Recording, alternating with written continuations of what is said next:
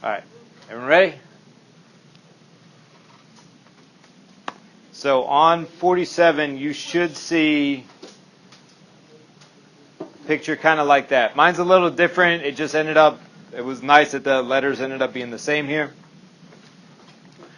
But to begin with, we're going to talk about what an angle is. So by definition, an angle is just two rays that have a common starting point. Okay, which again, when I did the rays, when we talked about that in the beginning, I know I went through this a little bit, but I did it briefly because I knew that we were going to come back to it at this point in time. Okay, but in that intro section, that first section, when we were going through the, oh well, you can let them in if you want.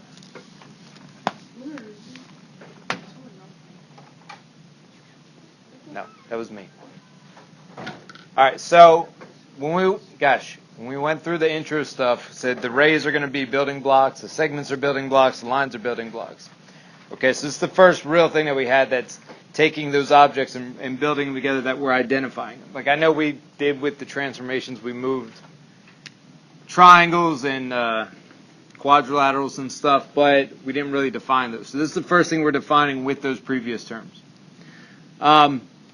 So this angle here is made up of ray AC and ray AB. Okay, so those two rays have come together, they create an angle, right? So that point that's in common between them, that starting point that's the same, did you see it should be labeled vertex? It should be in your book labeled that way too, I believe, correct? Yeah, okay. When you name angles, you're always going to name them revolving around this point right here. So identifying the vertex of the angle you're looking at is going to be a key thing when you go about naming them. So naming them isn't calling them like a right angle or something like that. That's a classification. Naming is identifying it with the letters which angle you're talking about. There are multiple ways to name these. So with the naming of an angle part, if you want an angle strictly by itself, you can name it by the vertex point, meaning in your picture, in your book, and even up here, this point is the one that's shared between the two rays, so that's the vertex. So I can call this angle simply angle A because that is the vertex. So you're allowed to do that, that's fine. So I can call that angle over there angle A because it's sitting by itself.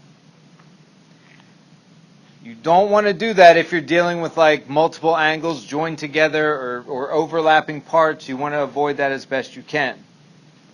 Okay, the other way to do it is you can name it with 3 letters, but still the vertex is going to be the key to being able to draw this out or write the name out, because the vertex for the 3 letters always goes in the middle. Okay, so the 3 letters you pick, the second one that you write out has to be the vertex, so the one in the middle. The other 2 are going to be the other 2 points that are on those rays. So if I know AC is a ray, that means C needs to be there, and if I know AB is the other ray, B needs to be there. The order of those 2 don't matter. The only thing that matters here is that you have the vertex, like that vertex here is the second letter, has to be. Okay, but I could also write it VAC, and that's fine. Okay, now the 3-letter thing is going to matter when we get to working with the adjacent angles. So when you have things where you've got more than one angle there, I can't just, there's 3 angles with the same vertex, so to identify which one you're talking about, you have to use 3. Again, this way up here, make a clear note of it that this way has to be only used if it's an angle sitting completely by itself. All right. Now, like I said, the one question there at the bottom, I think it says something like, why do you think we use an arc? Because yours has this little arc thing in there. Yeah? I'm never going to do that. It says, how do you think you can draw an arc? How do you think you can draw an arc? Why do you think you draw an Yeah, why do you think we draw an arc? So the thing is, you're not going to draw an arc there, okay?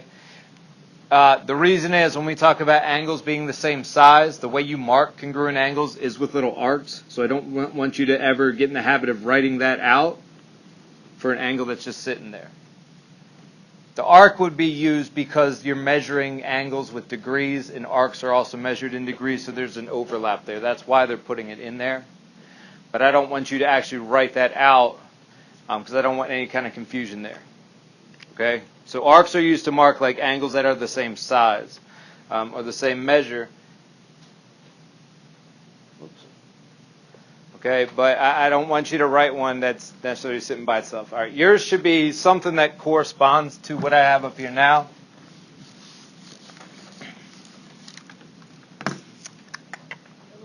It's on page 50. There should be a little basically, the idea is we're getting into measurements. Okay, we understand that if you got a segment or something like with a linear length, you just pick up a ruler, right, and you can measure it. Correct?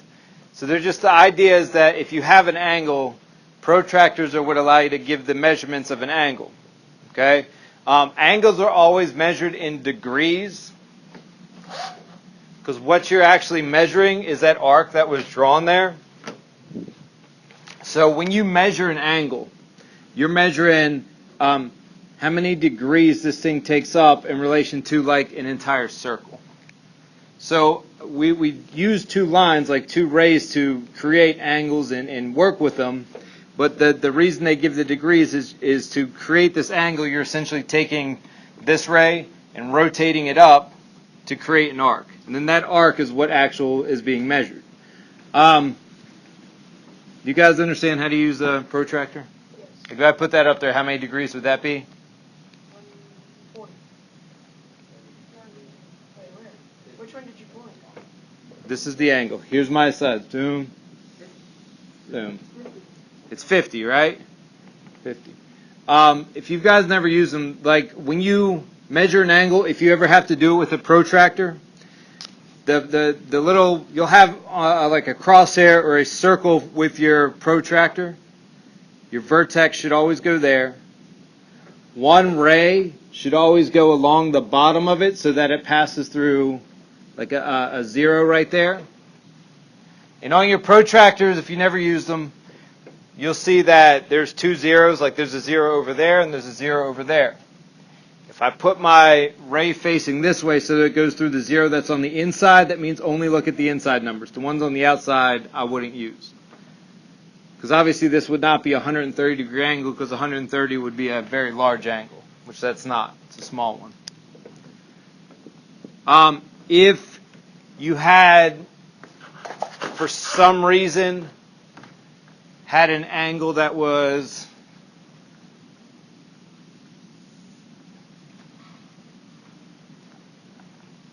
going like this. So I said, all right, what's the measure of this angle right here? 20. You think it's what? 20. Why is it 20? From 60 to 80 is 20. Yeah, so if you have something where it's not going through zero, just subtract the two numbers because it's going from 60 to 80. So 80 minus 60 would give you that 20 degrees there. So it doesn't have to be lined up there. It's just if you're actually doing it, it makes life easier if you put the one side through zero so that when you line up the other angle, you just have to look at whatever number that ray goes through. And that'll be the measurement. You don't have to subtract anything. Okay?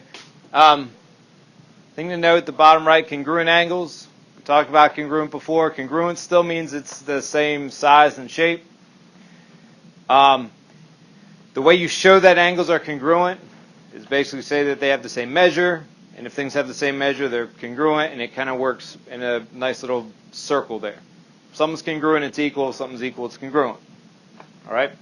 And that's only because we're dealing with shapes that are the same there. We can interchange those.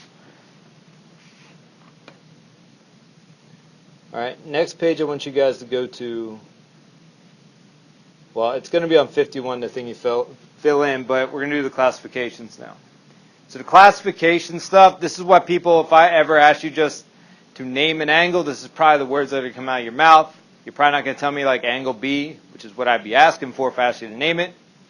you'd be using the classifications. Like a right angle is a classification. We already talked about that. I know that's one of them. All right? There's 5 of them. If you guys look on page 51, you'll see that there's 5 there, which we'll fill in. I'll fill in the little chart that's on that page, just in case you need it. But your classification should be an acute angle, making sure that you understand acute. If you ever have to write the definition, put it as between 0 and 90. Do not say less than 90. Less than 90 includes negative numbers. You guys don't deal with negative rotations really in here. I mean, we did it with rotations, but negative angles outside of that are not going to come up. So between 0 and 90 makes more sense, because if it's 0 degrees, it's just a ray. And obviously if it's 90 degrees, right, that's your right angles. All right? So right angles would be exactly 90. Then obtuse, again, don't say greater than 90. It's between 90 and 180. Because if you go greater than 90, that means you can go up into whatever number you want. 500. Okay? Yeah, 270. All right, so between 90 and 180 is the actual way you're going to define obtuse. And then if you go exactly 180, that's the straight angle, because that makes a straight line. Straight lines will always be assumed that the books will always assume that you understand a straight line is 180. That's how I should say it. So if you see a straight line ever in a problem, you just say, hey, from here to here is 180 degrees. Even if it's broken up into multiple angles, it doesn't matter. If you can draw like an arc going from one ray to the other, and it'll create a straight line, it's always 180 degrees there. All right, and then the other one you guys will have to account for anything bigger than 180, and it actually should be between 180 and 360, because if you go beyond 360, it's back around to the acute stuff. Would be the reflex angle. So what this would be is that if you can draw like an obtuse angle, if I wanted you to identify this portion of that angle and not this one, that would be the obtuse part. This would be what they consider that reflex angle. All right? And if you put them together, you would have like a complete circle, a complete 360 degrees there.